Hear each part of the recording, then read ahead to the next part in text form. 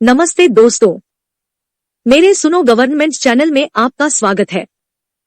मैं हूं अनीता चौहान, पत्नी Shri Prempal Singh Chauhan, deputy manager, National Fertilizers Limited, Nangal.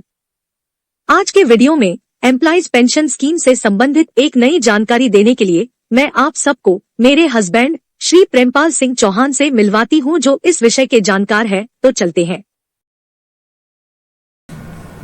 दोस्तों नमस्कार, उम्मीद करता हूं आप सब लोग अच्छे से होंगे। दोस्तों, जैसा मैंने पिछले 2 वीडियो में बताया कि हमें यह जानने का हक है या हमें जानना चाहिए कि आरसी गुप्ता जी और उनके साथियों ने जिन्होंने केस को सुप्रीम कोर्ट तक ले गए थे ईपीएस के, वहां पे 1 बाय 1 क्या क्या हुआ। तो हमने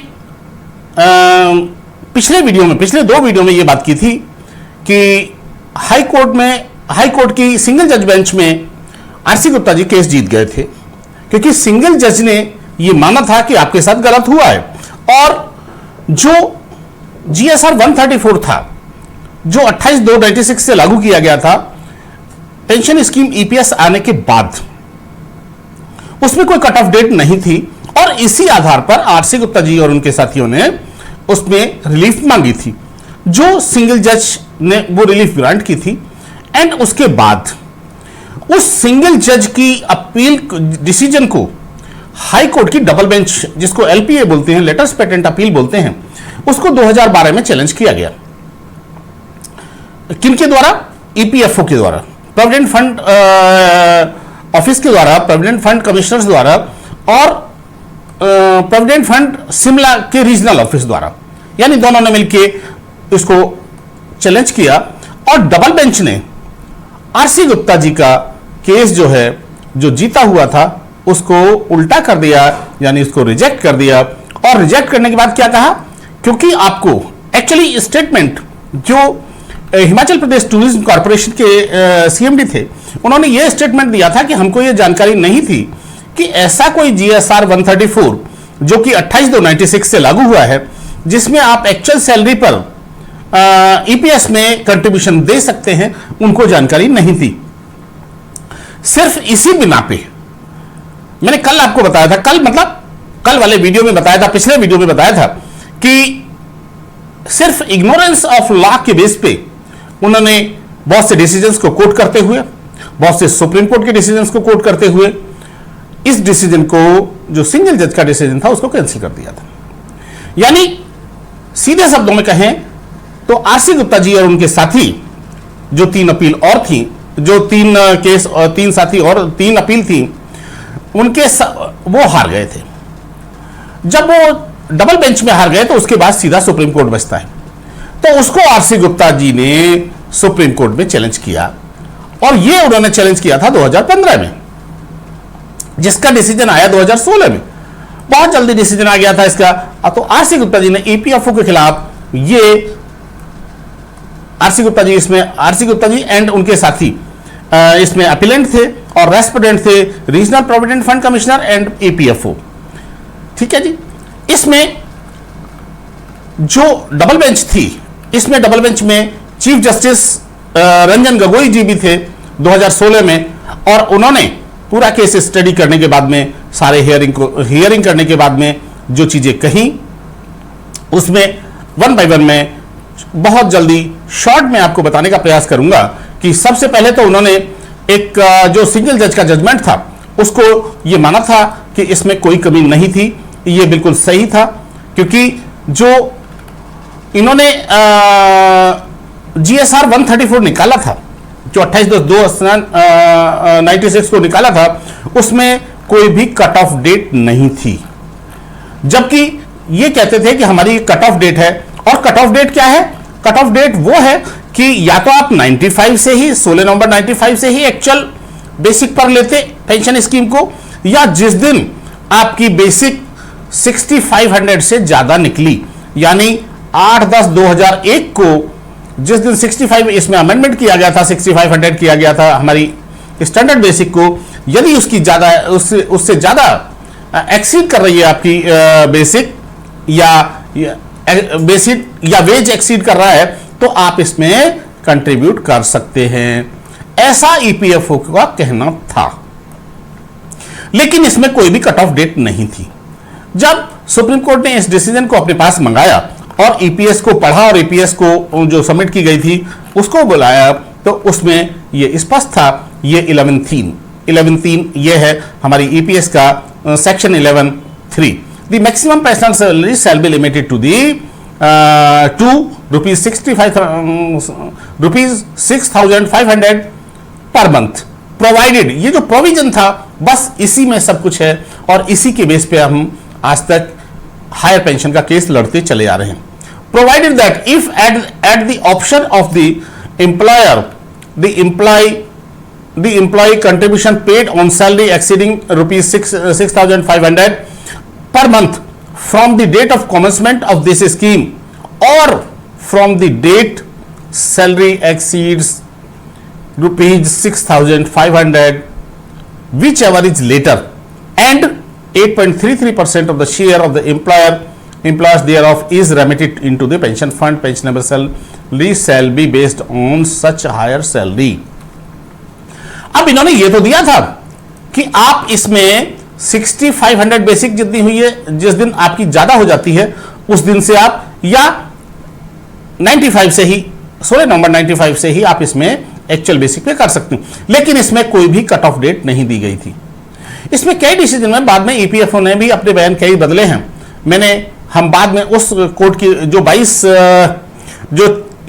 4/11/2022 का डिसीजन है उसमें भी हम चर्चा करेंगे, और उसमें भी उन्होंने एक कट ऑफ देने का प्रयास किया था कि इसकी कट ऑफ डेट थी 1/12/2004।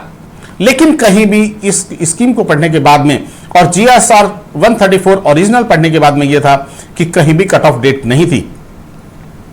इसीलिए सुप्रीम कोर्ट ने इसको, जो हाई कोर्ट का डिसीजन था, एलपीए का हाई कोर्ट का जो डिसीजन था,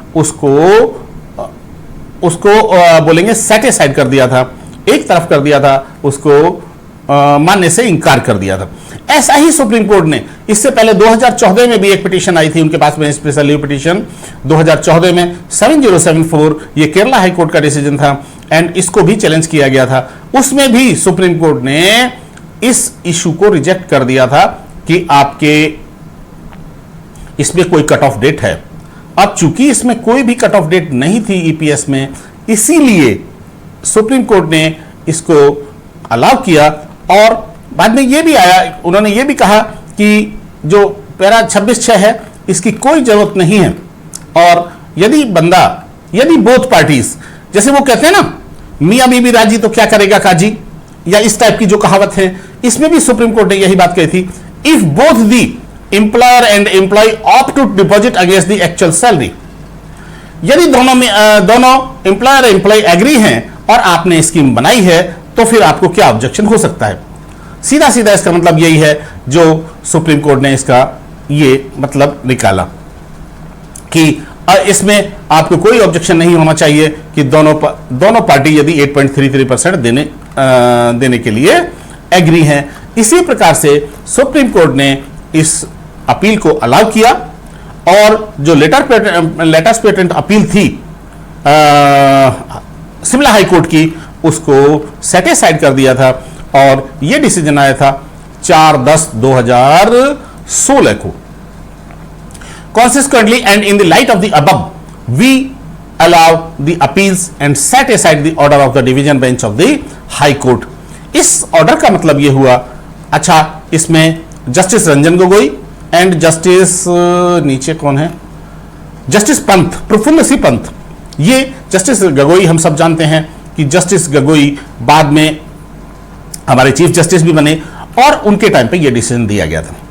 अब ये मैंने आरसी गुप्ता के केस के डिसीजन की बात की, मैंने आरसी गुप्ता के तीनों डिसीजन आपको बताए कि आरसी गुप्ता ने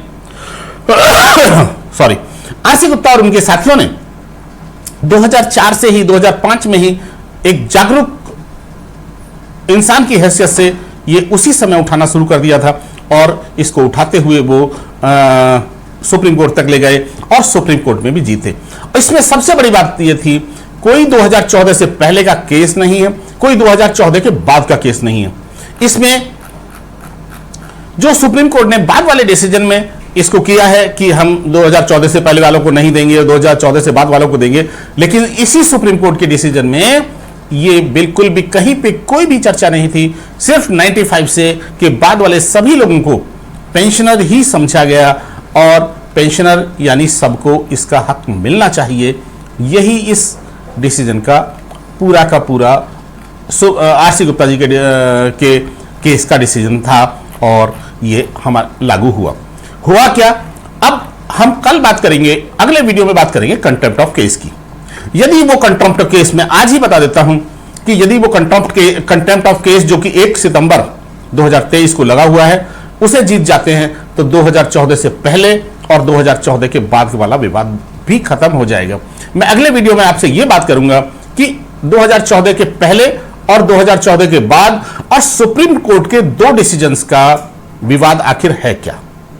तो आज आपको ये आपके सामने ये इनका आरसी गुप्ता जी का तीसरा वीडियो यानी सुप्रीम कोर्ट का डिसीजन मैं लेके आया और आपके लिए बहुत बहुत धन्यवाद कि आपने इसे सुना। मैं समझता हूं आपके कंसेप्ट धीरे धीरे क्लियर हो रहे होंगे कि इस पे, और मुझे बहुत लोगों ने ये कहा भी था कि आप आरसी गुप्ता के केस को क्लियर कीजिए और उस पे क्या है ये एक्चुअली कैसे उन्होंने यहां तक लेके गए थे। इसीलिए मैंने इसके शुरू में ही एक लैटिन मैक्सिम का जिक्र किया था कि जो लोग अपने अधिकारों के प्रति सोए होते हैं उनको अधिकार नहीं मिलते, उनको कोर्ट भी कोई भी मदद नहीं करता। इसीलिए हमें जब भी हमारे साथ कोई इनजस्टिस होता है तो हमें तुरंत खड़े होकर उसका विरोध करना चाहिए, क्योंकि हम एक डेमोक्रेसी में रहते हैं और इस डेमोक्रेसी में रहते हुए आपको अपने फंडामेंटल राइट्स, लीगल राइट्स और ह्यूमन राइट्स लेने का अधिकार है। बहुत बहुत धन्यवाद। यह वीडियो आपको कैसी लगी कमेंट करके जरूर बताएं ताकि मैं इसमें सुधार कर सकूं।